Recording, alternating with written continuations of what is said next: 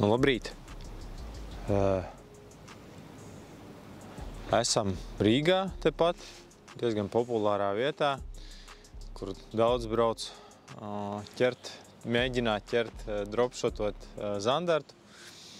Blakus mums ir kolēģis Arts, ar kuru mēs arī noteikti vēl vēlāk saskriesimies, pafilmēsim, bet šodien mums ir doma par tādu rīta zandartu padropšotot. Mēģināsim parādīt, kā tas izskatās no tehniskās puses, inventāru. Varbūt kādu sistēmu uzsēsim, ka paliks gaišāks.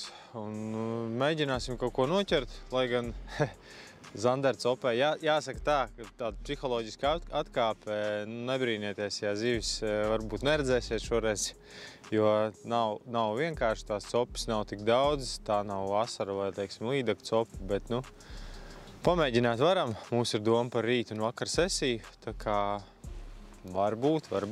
Skatieties, kā mums te ies.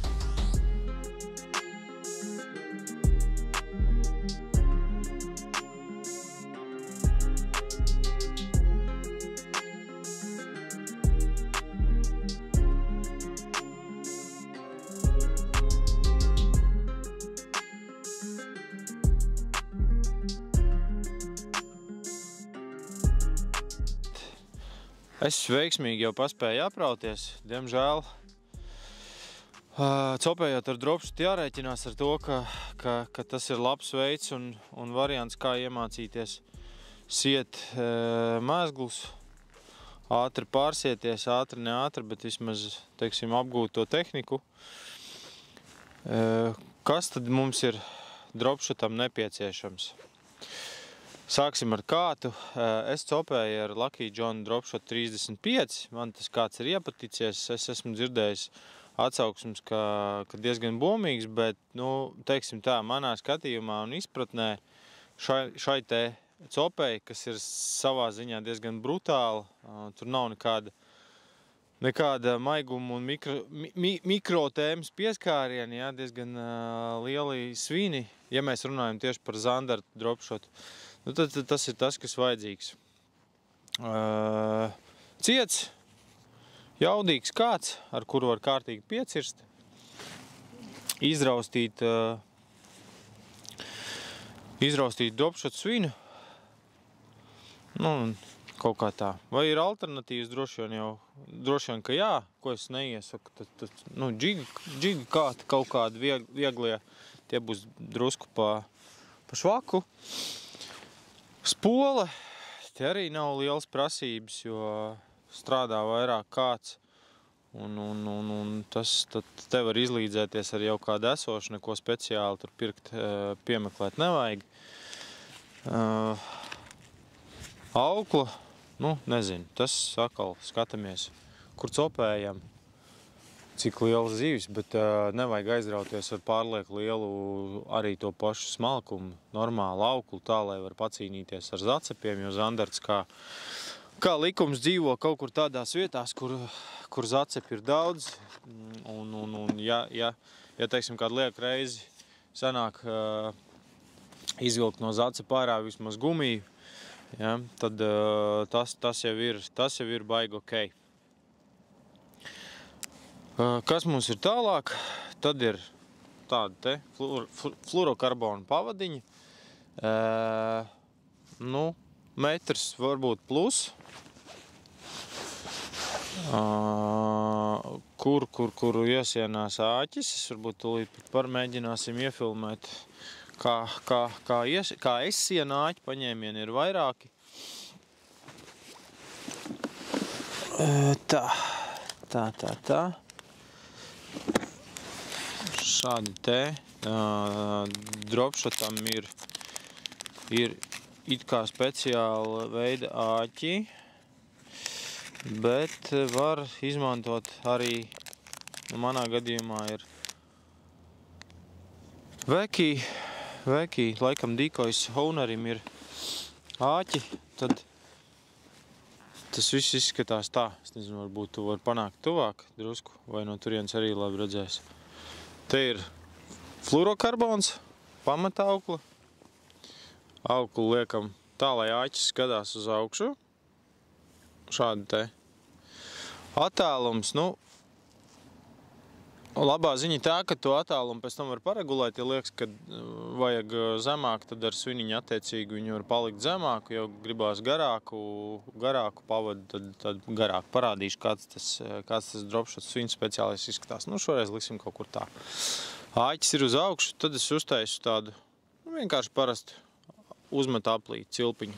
Paņem āķi te pie pirkstiem un ripini uz riņķi pa iekšu tai cilpiņai. 2, 3, 4. Var 5, pietiek ar 4. Nedaudz savelku. Zelta likums, mēsglu saslapinām un savelkam līdz galam. Tad sanāk tā, ka āķis skatās smuki taisni uz augšu. Un āķi attiecīgi liekam iekšā dropshot gumiju. Tā. Un galā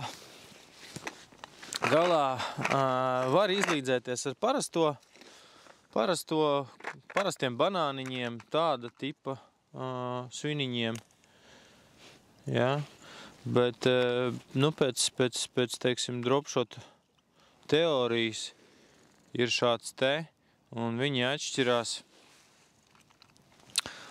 ar tām gala cilpiņām, kur kā iesienās, ja? Jo parastam banānam ir vienkārši aplīts, kur ar karabīnu var stiprināt, vai arī siet pa taisno, bet dropshotam ir tāds, nu viņš laikam tā kā iespiedējis, varētu nosaukt to tā. Ieliekam auklu, vienkārši iespiežam, nekas nav jāsien, viss gatavs. Attiecīgi, ja kādā brīdī liekas, ka gribās garāku vai īsāku, izņemam auklu ārā, paregulējam, iespiežam viņu citā vietā. Ja ļoti ātri un nekas nav jāpārsien, jāmaina. Ja mēs nofiksējam ar, teiksim, tādu banānu un karabīnas versiju, nu, tad jārēķinās ar to, ka būs papildus mezgls, nu, iztērēts laiks, kas pazūd, lai varētu noķert žani. Tā kā tā, nu, dažas minūtes esam gatavi, pārsējušies, izvēlamies mānekli un laižam tālāk. Par izspēles tehniku, nu, šeit nav nekā sarežģīta. Iemetam, pagaidām, kad svins un māneklis nogrimst lejā, un tādas uzrāvienus, atlaidienus ar pauzītēm. Uzvelkam, pietinam auklu, pagaidām pauzi. Parasti tieši copis sekot tajā pauzes brīdī. Ar to izspēli var eksperimentēt, var viņu agresīvāk taisīt, var tiešām tādas nolaišanas. Un tas jau ir jāatrod savu spēli, kurai tu notici kaut kādā brīdī, un tā arī jācepē. Bet jā, nekāda kosmosa nav. Viss vienkārši. Nu, mainam lokāciju.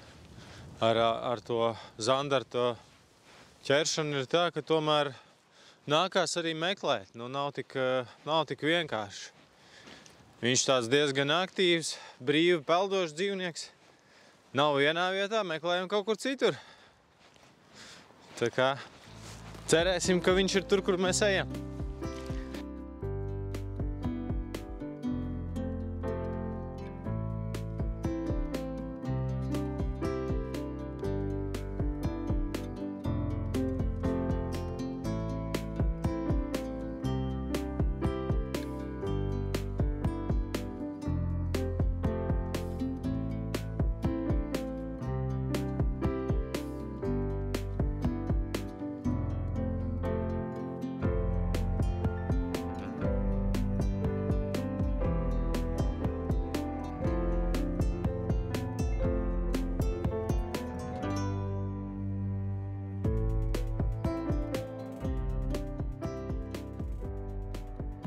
Action.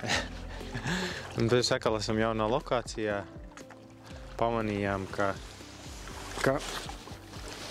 aunkuļi makšķerē te, un te nav vējš.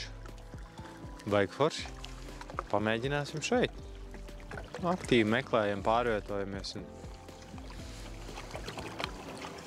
Nav ticības tam, ka zivs atnāks pie mums, tāpēc mēs ejam pie zivīm. Pameklēsim kaut ko mazāku. Varbūt kā asarītim iepatīkās kaut kas.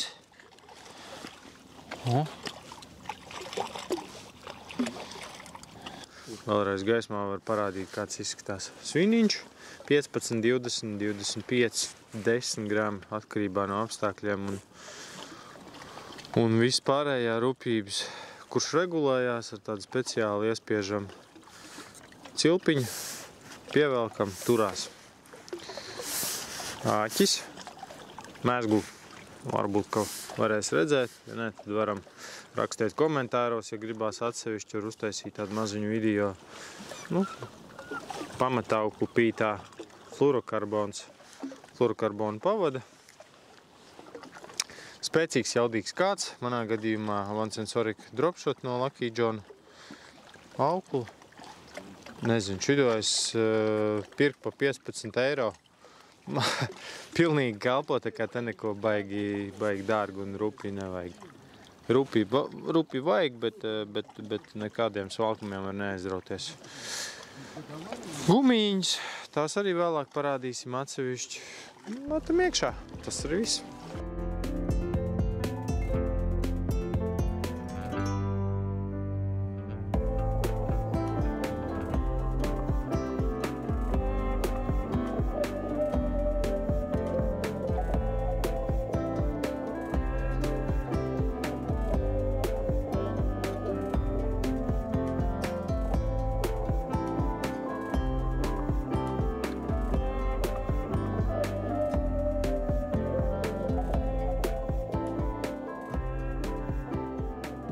Vēl viena lieta, kas atšķirās dropshotam, ir tas, kā mēs apāķojam sistēmu.